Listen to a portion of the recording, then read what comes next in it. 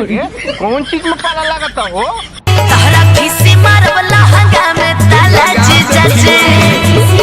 नहीं सरवा हमरा ई नहीं के बुझात कि लहंगा में ताला कौन चीज से माराई। ई लो लहंगा में मार देम ताला जीजा जी 2.0। हाँ तो भैया खेसारी भैया तो लहंगे में ताला मारे के कहत रहे है। ये भैया तो उनको से एक कदम आगे बढ़े, लहंगा में मार देम ताला 2.0 मतलब एक खाली औरी मौजी के लहंगा में ताला मारा चुकल बा। उ ताला कोनो औरी तूर देले होई। अब कैसे तुरले होई रवलो को तो पते बा, बतावे के में जरूरत नहीं खे। डलवा लो निहुर के। हाँ खेसारी भैया बिल्कुल सही गाना गईले बड़ा। जब केहू के निहुरा के डालेला तो घप से ना चल जाला।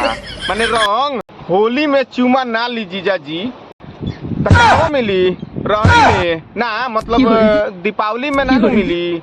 जीजा साली के चुमा देली सो तो होलिये में ना रंग लगावेली सो।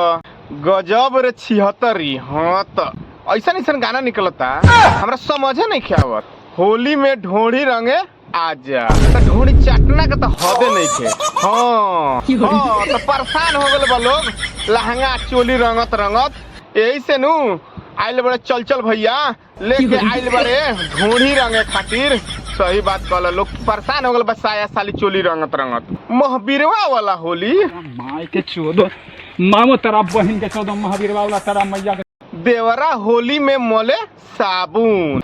ए भैया तनी हमरा के इतना बता दो साबुनवा नीचे मोलता कि ऊपर मोलता? ना मने कौना जगह मोलता साबुनवा? चोली ह कि अलमारी? हाँ तो भैया तारा पता बा वो अलमारियों से बड़का बा। ओमे कौन कौन सामान रखाला पता बा?